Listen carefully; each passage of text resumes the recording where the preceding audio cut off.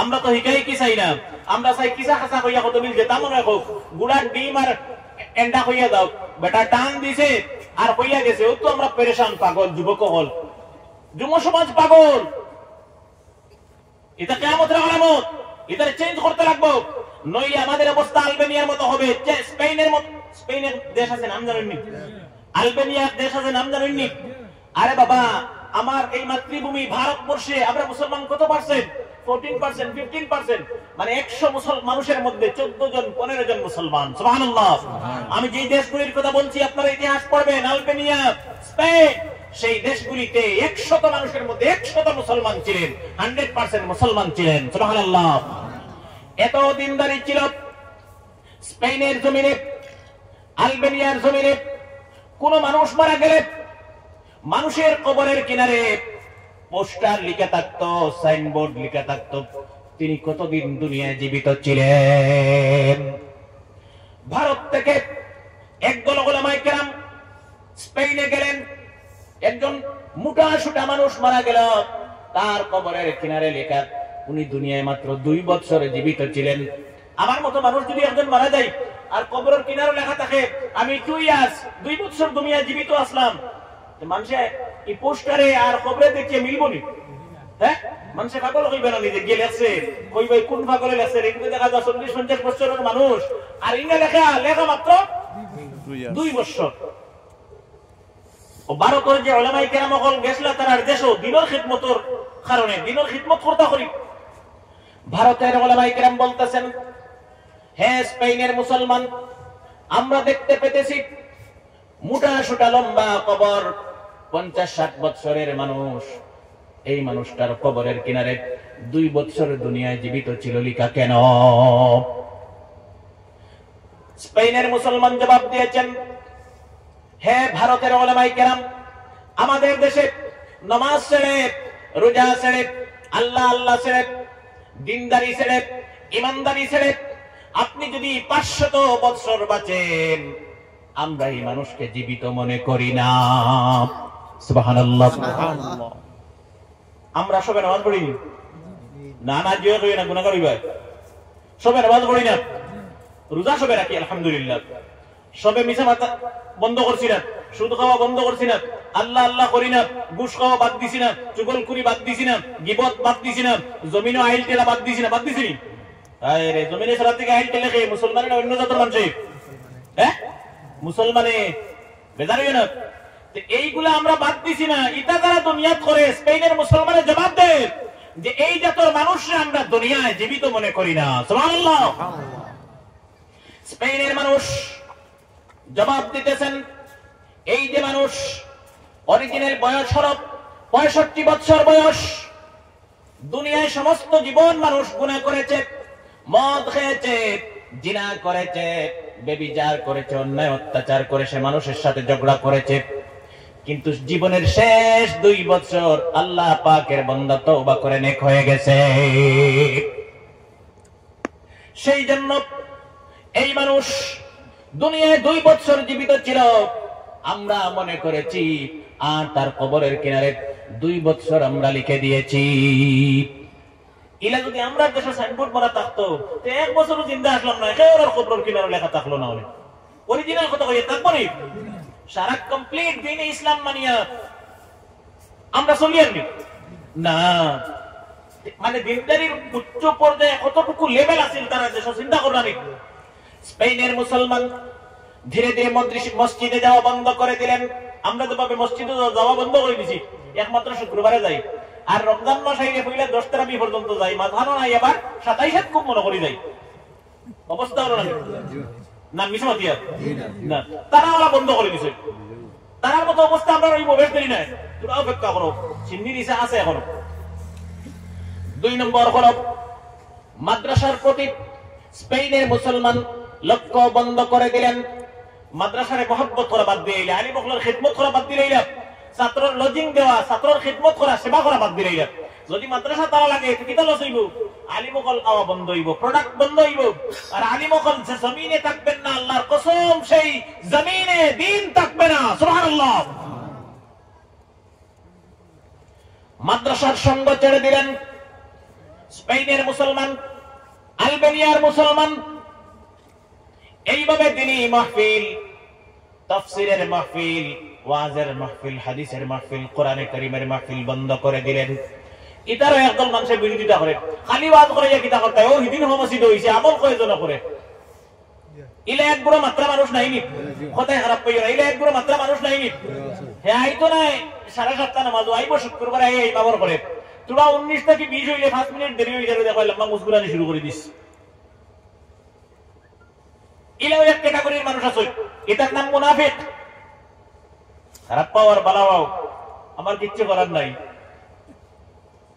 সুতরাং যুবক ভাইয়েরা, এর কারণে স্পেনের জমিন থেকে আল্লাহ পাক মুসলমানের দিনকে বিদায় করে দিয়েছেন। যে দেশে 100% মুসলমান ছিলেন, সেই দেশের মুসলমান আল্লাহ পাক বিদায় করে দেওয়ার কারণে 100% মুসলমানের ছেলে মেয়েগুলি খ্রিস্টান হয়ে গেছে। আমরা দিনদারি বাদ দিলে বাদ দিয়া আল্লাহর কোন আমরা বাবে বুঝি মনে হয় আল্লাহ আল্লাহ করি, আল্লাহর মনে লাগাই দিয়েছি, ভাঙ দিয়ে ভুলাই দিয়েছি, অবস্থা বলা নেই না। কিতাবের মধ্যে লিখেছেন, আমরা যদি তামাম দুনিয়ার মানুষ আল্লাহ পাকের ইবাদত করি আর নবীজির উপর প্রতিদিন দুরূদ পড়ি, প্রতি সেকেন্ডে দুরূদ পড়ি, আল্লাহ পাক যে মর্যাদার আসনে আছেন তার চেয়ে একটু বেড়ে যাবেন না। আল্লাহ পাক যে পজিশনে আছেন তার চেয়ে সারা দুনিয়ার মানুষে, সব জাতর মানুষে যদি আল্লাহ আল্লাহ করে নবীর উপরে দুরূদ পড়ে, পজিশন বাড়বে না। সুবহানাল্লাহ। আমরা মনে করি আল্লাহ আল্লাহ করি, আল্লাহরে ভুলাই দিই। কিতাবের মধ্যে লিখেছেন, তামাম দুনিয়ার মানুষ যদি আল্লাহ আল্লাহ করা বন্ধ করে দেয়, নবীজির উপর দুরূদ পাঠ করা বন্ধ করে দেয়, কিতাবের মধ্যে লিখতেছেন আল্লাহ পাক আর তার হাবিবের কোনো কিছু কমবেও না, বাড়বে না, কমতেও নাই, বাড়তেও নাই। এখন আমরা ইবাদত খতম করি, কিতাবের মধ্যে লিখেছেন এই জন্য ইবাদত করবেন, ইবাদত করলে পরে তুমি তোমার গর্দানকে জাহান্নামের আগুন থেকে রক্ষা করে নেবে। সুবহানাল্লাহ। যাই হোক, সেটা আলাদা বিষয়। আমি শুধু বলতে চাই, ওয়াজ পরে করব ইনশাআল্লাহ, যে বিষয়ে আয়াতে কারিমা এবং নবীর হাদিস তেলাওয়াত করেছি, পারি না আগে যদি কোনোদিন আসি আলোচনা করব। ওয়াজ করার নিয়মটা আমি শিখিয়ে দেই এই অঞ্চলের মুসলমানদেরকে, সেই দায়িত্ব উলামায়ে কেরামদের, কেউ কথা বলেন না। যুবক ভাইয়েরা, আলিম হতে হলে একজন মানুষের মধ্যে 3টা গুণ থাকবে। 3টা গুণ যদি থাকে, ওনার ওয়াজ শোনা জায়েজ, তাফসীর শোনা জায়েজ। আর 3টা গুণের মধ্যে যদি একটা থাকে না, 2টা থাকে, এই মানুষটা পূর্ণ আলিম নয়। এই মানুষের ওয়াজ শোনা জায়েজ নয়, তাফসীর শোনা জায়েজ নয়, মাসলা মাসাইল এই মানুষের কাছ থেকে শোনা জায়েজ নয়, দিন শিখা জায়েজ নয়। ক্লিয়ার হইছে? 3টা গুণ থাকতে রাখবো। 3টার মধ্যে 2টা আছে, নাই কয়টা? একটা। মানে অন্য যদি আমরা কই তাহলে প্রেসিডেন্ট বানাইতাম, 2 ভাগে মত দিলেন, 1 ভাগে না দিলে হইব, কাম হই গেছে। ইলা হইতো না, হিবু 3টা লাগবো, 3টাই লাগবে। সুবহানাল্লাহ। 1 নম্বর গুণ হলো, যিনি আলিম হবেন, যে মানুষ আলিম হবে, কিতাবের মধ্যে লিখেছেন তিনি সহিহ শুদ্ধভাবে লেহনে জলি লেহনে খাফি ব্যতীত, ছোট ভুল বড় ভুল ব্যতীত আল্লাহ পাকের কোরআনে কারীম শুদ্ধ করে তিলাওয়াত করতে পারবেন। আলিম হওয়ার প্রথম বৈশিষ্ট্য, ক্যারেক্টার, গুণ। সুবহানাল্লাহ। আলিমের কোরআনে কারীম তিলাওয়াতে কোনো ধরনের ভুল হতে পারে না। যে মানুষের কোরআনে কারীম তিলাওয়াতে ভুল, সেই মানুষটা আলিম নয়। বলি সুবহানাল্লাহ। দলিল আল্লাহ পাক দিয়েছেন, আমার দলিল না, কোরআনে কারীমের নাস কাতাঈ। আল্লাহ পাক বলেছেন, এই পৃথিবীর মানুষকে আমি আল্লাহ পাক আরশে আজিমের মালিক, আমি রহমান, অনুগ্রহ করেছি, কৃপা করেছি, দয়া করেছি। কি দয়া করেছেন? আমি মানুষের উপর আমার পয়গম্বর বিশ্ব নবীকে প্রেরণ করে দিয়েছি। সুবহানাল্লাহ। সত্যি সত্যি আল্লাহ পাক আপনারা মায়া করছেন মানে?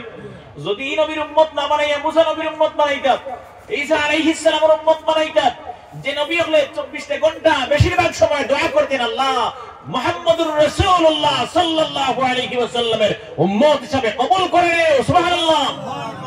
হযরত মুসা আলাইহিস সালাম বারবার দোয়া করতেন, আল্লাহ তাআলা মুহাম্মদের উম্মত হিসেবে আমাকে কবুল করো। একবার দোয়া করেছেন, আল্লাহ পাক রিজেক্ট করেছেন, বারবার করেছেন, 9 বার করেছেন। 9 বার করার পরে আল্লাহ পাক রিজেক্ট করে দিয়েছেন।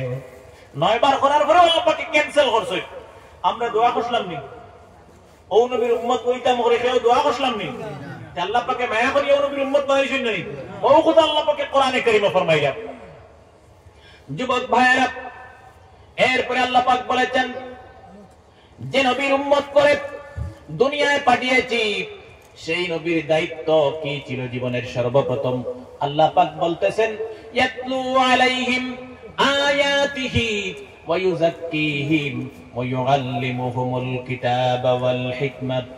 আমার নবীজির নবুয়তির পরে জীবনের সর্বপ্রথম দায়িত্ব ছিল কোরআনে কারীম, যেটা আমি নাযিল করেছি নবীজির উপর। তাম পৃথিবী বাসীর মানুষকে বিশ্ব নবীজি সহিহ শুদ্ধ করে তিলাওয়াত করে শুনিয়ে দিয়েছেন। নবীজির জীবনের বেসিক দায়িত্ব ছিল, প্রাথমিক দায়িত্ব ছিল যে কোরআনে কারীম আল্লাহ পাক নবীজির উপর নাযিল করেছেন, সেই কোরআনে কারীমকে তাম দুনিয়ার মানুষের সামনে তিলাওয়াত করে শুনিয়ে দেওয়া নবীজির জীবনের প্রথম দায়িত্ব ছিল। সুবহানাল্লাহ। নবীজি বলেছেন, আল উলামা ওয়ারাসাতুল আম্বিয়া।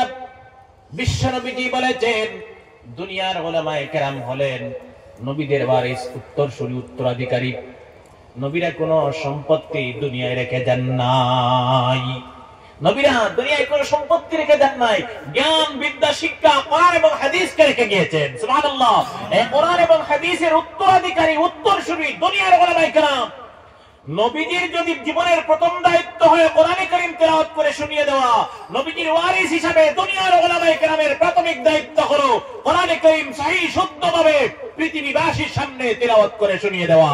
সুবহানাল্লাহ। দলিল কোরআনে কারীম থেকে। 2 নম্বর হলো, 3টা গুণ বলেছিলাম।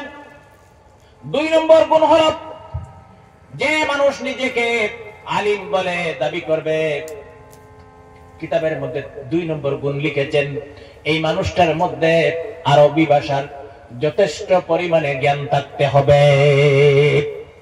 কোরআনে কারীমের যেখান থেকে মনে হয় আয়াত দাও, অর্থ হইয়া, তাফসীর হইয়া, ব্যাখ্যা করে বুঝাইয়া দিতে পারবে এমন জ্ঞান আছে। যে কোনো কিতাব বাইরে করে দাও, সুন্দর করে সহিহ শুদ্ধভাবে বুঝিয়ে দিতে পারবেন এমন জ্ঞান আছে। যদি থাকে ওনার নাম আলিম। সুবহানাল্লাহ।